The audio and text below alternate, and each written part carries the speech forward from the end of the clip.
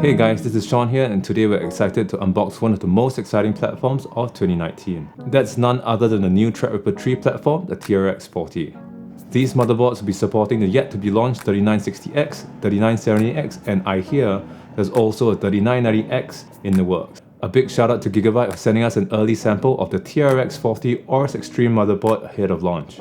This video will only cover the unboxing and features of the board, with full metrics and benchmarks only available after the 25th of November embargo date. We have a lot to cover, so let's dive right in.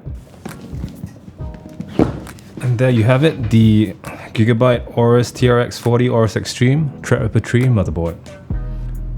You can see from the external box, it's packaged pretty well. You have the chrome lettering from Gigabyte that we are now finding pretty familiar with the high-end series.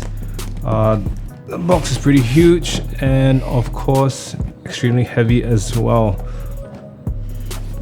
Okay, we're just gonna get right into the unboxing. You have your motherboard protector cover and the motherboard itself. Let's pull this out. It's a pretty heavy motherboard. You can see the TRX40 platform or the STRX socket, and also 8 DIMM slots, which I think supports up to 256 gigabytes of memory. You see 2 massive heat sinks on the left and the top, which cools the VRMs. I mean, this will come in especially useful if you are running the 3970X, and I think they will also be launching a 3990X sometime in the future with 64 cores and 128 threads. You also see a huge heatsink that covers the entire motherboard. In fact, I'm gonna guess these are the M.2 drives, and you also have something quite unique, which is the power and reset button, which is built into the motherboard itself. I mean, we've seen this before, but they are these tiny buttons, not really pretty physical buttons like this, and there's obviously the power and reset words on them. The other thing to note is the Q-code LED, which is built onto the motherboard as well, which is very useful when you're trying to debug issues with boot cycles and stuff.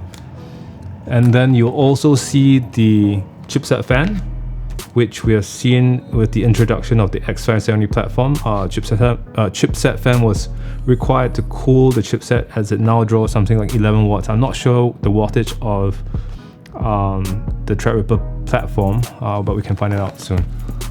Okay, let's pull this out.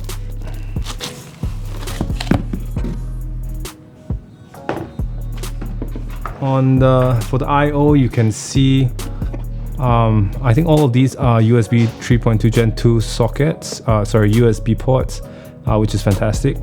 Another feature set of this board is the dual 10 gigabit Ethernet port, which is fantastic for enterprise customers. And of course your audio output, Q flash button, and your clear CMOS. So going to the back of the board, we can see, again, very nicely done from Gigabyte. We see the fully covered backplate of the motherboard, which will provide some additional passive cooling for such a warm platform. And of course you see Gigabyte's motto, which is Team Up Fight On, and Aorus Xtreme branding at the bottom. Okay, so that's really it for the motherboard. It's really a beautiful one. I'm just gonna put this aside for a minute.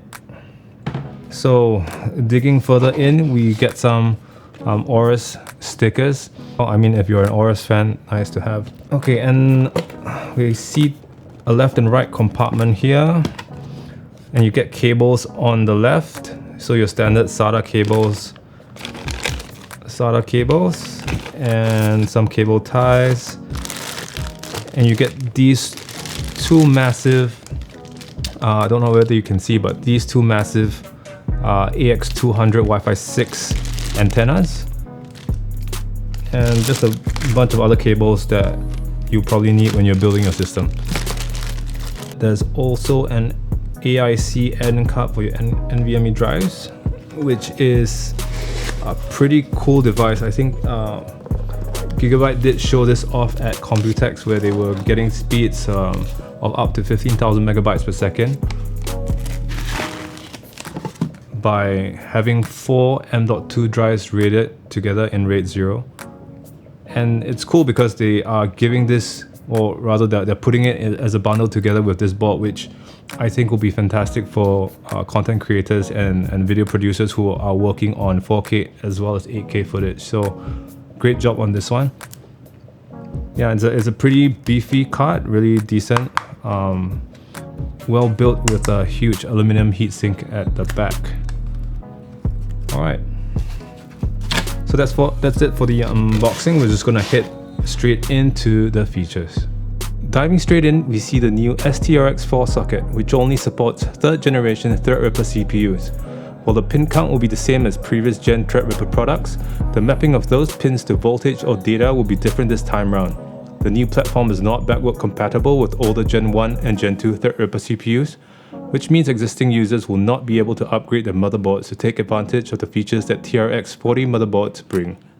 We understand that this is because 3rd gen Threadripper will have an unprecedented 88 total PCIe 4 lanes to meet large GPU and NVMe requirements. 72 of these are usable from the CPU and motherboard chipset. The difference is because AMD has increased the CPU to chipset link from 4x Gen 4 to 8x Gen 4, which is 4 times the bandwidth versus 2nd gen Threadripper. The TRX40 Aorus Xtreme supports both quad-channel ECC and non-ECC unbuffered DDR4, with a maximum of 8 DIMMs supporting up to a whopping 256 GB of system memory. Take note that while it supports ECC memory, it only supports unbuffered ECC memory, which is not as widely available as registered ECC memory modules. We've tested Threadripper before with registered ECC memory and it does not work, so do check with manufacturer QVL list before selecting your memory. It also supports XMP memory modules up to 4400 MHz, which is great for easy memory overclocking.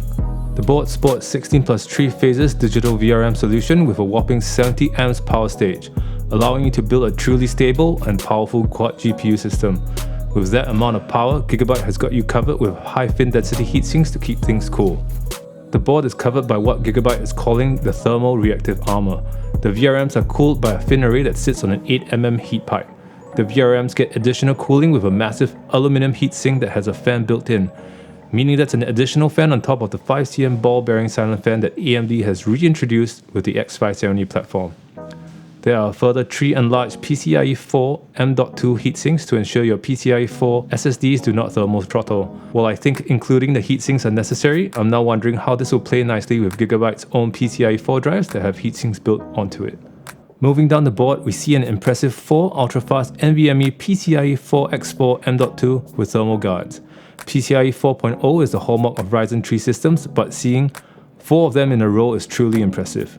Knowing that each installed PCIe 4 SSDs can hit 5000 MB per second for sequential read and up to 4400 MB per second for sequential write. To deserve the Xtreme moniker, Gigabyte doesn't hold back. The TRX40 Aorus Xtreme bundles the Aorus Gen 4 AIC adapter for extra 4 NVMe PCIe 4 or PCIe 3 X4 M.2. This allows you to configure an additional 4 PCIe Gen 4 or PCIe Gen 3 SSDs in RAID 0, allowing sequential read and write speeds of up to an astounding 15,000 megabytes per second. Now, I don't think this will affect Windows 10 boot times, but this will be extremely useful for creators who are editing in 4K and 8K. The outstanding feature on this board that makes it a true HEDT board is the Intel X550 dual 10 gigabit LAN chip, supporting 2 RJ45 connectors.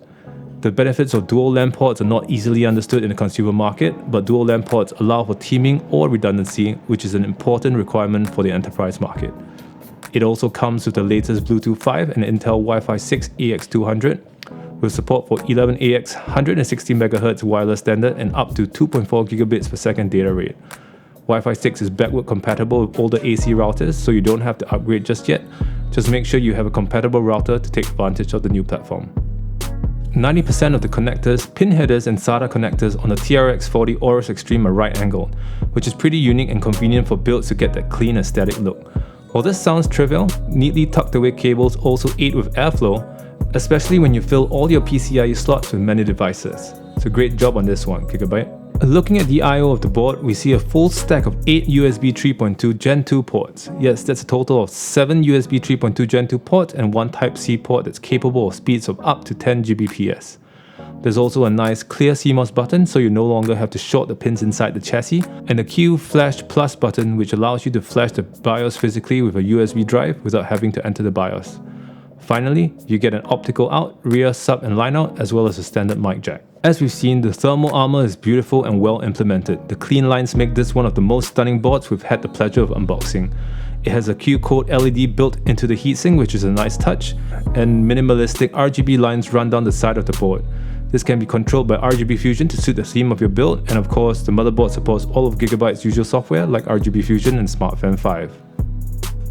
With that, we've come to the end of the video and we can't wait to see how Threadripper 3 performs.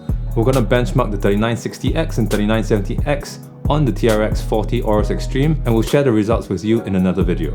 Do give us a thumbs up if you like this video, and let us know down below in the comments what you'd like to see next. Now don't forget to subscribe, hit the bell icon for notifications, and we'll see you in the next one.